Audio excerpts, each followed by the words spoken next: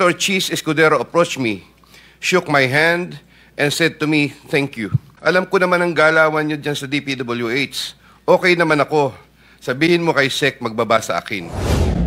Kung sabihin nyo involved si Senator Villanueva sa flood control, right here, right now, mag-resign ako sa pagkasenador.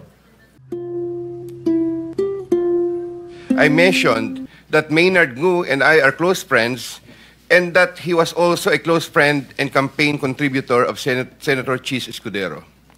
To add, while I was attending the confirmation hearing of Secretary Bunoan sometime in August 2022, I was summoned by Senator Cheese to his room. When I got there, he told me, "Hindi na ako bababa sa CA. Marami pa akong kulang na streetlight sa Sorsogon. Ano ba magagawa nyo para sa akin?" I replied, "Kakausapin ko po si Sec Bunoan kung paano ang gagawin." I relayed to Secretary Bunoan what Senator Cheese told me. Subsequently, I received from the brother-in-law of Senator Cheese Escudero a list of projects which included the aforesaid streetlights project. He asked me to confirm if that streetlights project was the one for Senator Cheese, which I did. Sometime in 2023, Maynard Ngu told me to go to Cork and meet Senator Cheese Escudero, which I did. I met with the latter in a private room in the said establishment. While we were drinking wine, he told me, "Alam ko naman ang galawan niyo dyan sa DPWH. Okay naman ako. Sabihin mo kay Sec magbaba sa akin." Also, the delivery of the 160 million for Senator Cheese referred to in paragraph 17 of my affidavit happened sometime in the first quarter of 2025. Around July 2025, I had a chance encounter with Senator Cheese and Maynard Ngu at the court. Senator Cheese Escudero approached me, shook my hand, and said to me, "Thank you." Sinabi mo na hindi mo personally binigay kay Senator Cheese yung pera. Binigay mo through Maynard Ngu. Yes po, Mr. Chair. Pero, personally, nag-uusap kayo about sa project. Opo.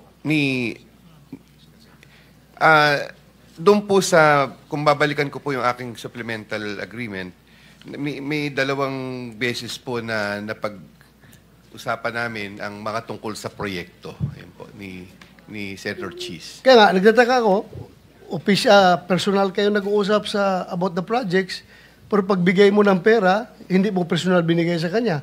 Ibang binigyan mo through Maynard Ngu. Yes po, Mr. Chair. Ganun po ang nangyari. Paano mo? Bakit doon mo binigay sa kanya? Nung pong nagbigay ako ng listahan kay Maynard Ngu, ang sabi po niya noon ay kukunin niya po doon sa kay Senator Cheese yung pondo. So may kausap mo dito, si Maynard Ngu?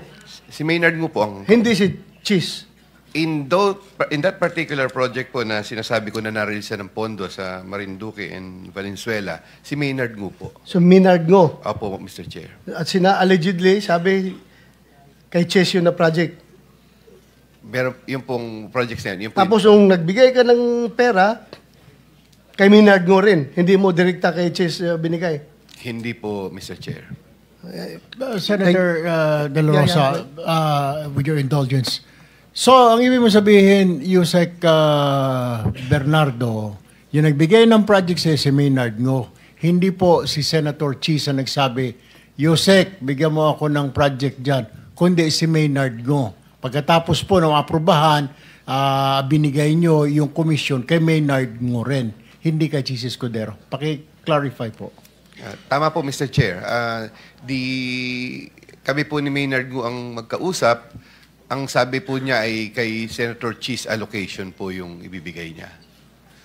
Narinig po natin, Senator De La Rosa, narinig po natin yan sa mga ibang senador. Nakausap lang po nung isang kasamahan namin, Senator Jinggoy, pero hindi naman talaga naka-face-to-face nila Alcantara. So, we have to make that clear po. Pati po yung dito kay Executive Secretary, nagpalabas na rin po ng statement ang OES na wala po siyang kinalaman dyan at ang kausap nyo lang ay si Yusek Try-Give. Try-Give po. Siya po yung nakausap ninyo. Hindi po ninyo nakausap ng face-to-face ang Executive Secretary. Hindi po, Mr. Chair. Okay. Senator De La Rosa, please continue. Yeah, thank you, Mr. Chair. Yung kay Yusek Bernardo, yung nabanggit kayo na ni Congressman Toby Chanco na yung mga sagasa, yung basta ilagay lang yung project doon sa distrito na hindi alam ng congressman ng distrito na yon. Do you confirm that may mga ganong nangyayari?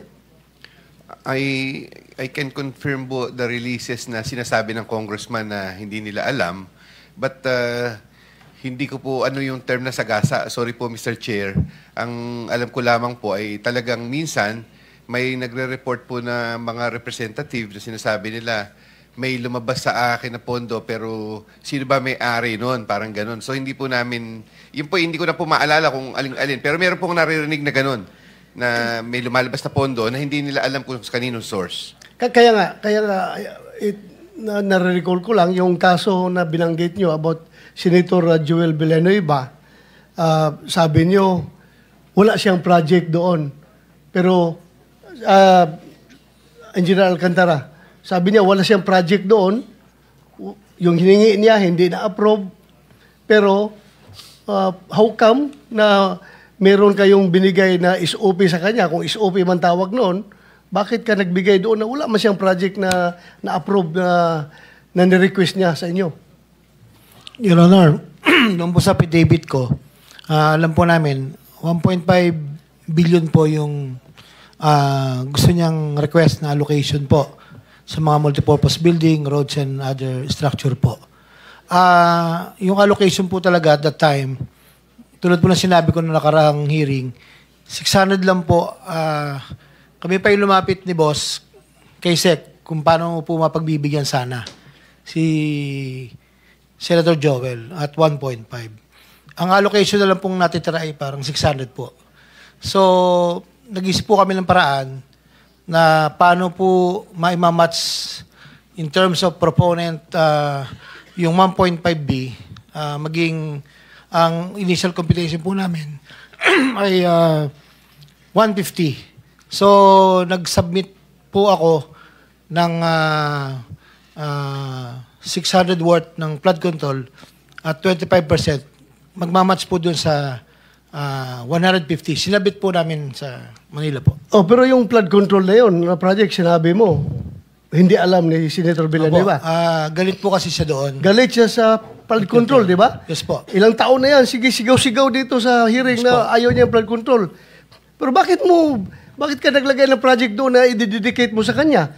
Wala kang paalam sa kanya. Bakit Sir, kayo gumawa ng gano'n? Opo. Kasi nga po, nung time na yon, nag-iisip po kami ng paraan para ma-accommodate yung 1.5B na request na multipurpose building.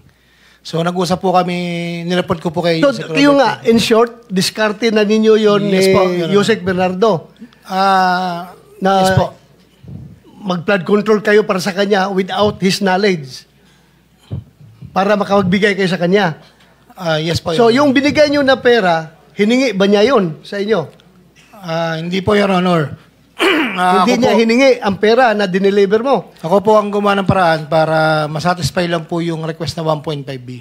So, makonsider mo ba yung pera na yon na SOP yon Ang sabi ko para po, kay Senator Villanueva? ang sabi ko po doon sa tao niya, pag sabi mo kay boss, ito'y tulong. Tulong. Ito po ang sinasabi ko po. Voluntaryo mong tulong. Opo, pero hindi niyo po alam doon ko po kinuha doon sa... Hindi niya alam na galing sa flood control project yon. Yes po, Your Honor. So, you have to be clear with that dahil Yes po. yun lang. Yes, Mr. Chair, may I Yusek po? Bernardo. Hindi ko po maalala yung binabanggit niya na naririnig ko lang po nagkakaproblema kay Senator Joel Villanueva doon sa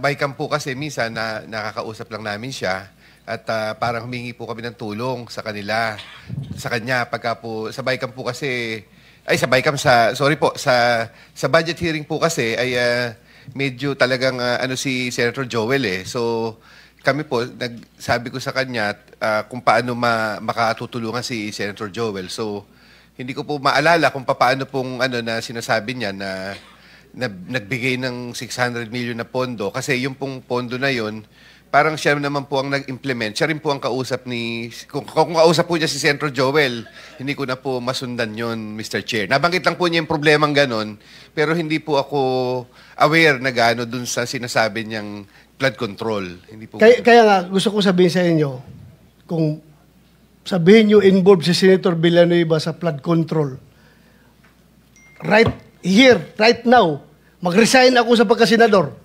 Kung sabihin mo na humingi siya sa inyo na flood control, dahil ilang taon ko nang naririnig yan na sinasabi niya na ayaw niya na flood control, galit na galit siya dahil ang Bulacan nababahan ng flood control. Pero kung sabihin mo na naghumingi na flood control sa inyo, I am sure, hindi yan nangyari. No, Your Honor. Ha? Sabi ko nga po, hindi po. Ako po yung nagawa po Pero kung sinabi mo sana na sa bata niya na itong pera na ito para kay Joel Villanueva, Senator Joel Villanueva, tulong ko sa kanya, galing ito sa flood control, sigurado ako hindi tatanggapin yun, magwawala yun. I agree, Your Honor. Kaya hindi ko po sinabi. Hindi ako didipisahan yung kasamahan ko, ha? I agree, just Your to be honest with you, alam ko yan, galit na galit siya sa flood control si Joel Villanueva. Ilang budget hearing niya dito, siya ang pinakamaingay na nag-criticize sa DPWH dahil sa flood control. Pero kung sinabi sana ninyo na yung tulong mo na binigay mo, galing sa flood control, baka sasakalin ka pa noon. I agree, Your Honor. Thank you po. Yun lang, Mr. Chair. Maraming salamat. Okay. Next on the list is Senator Ontiveros.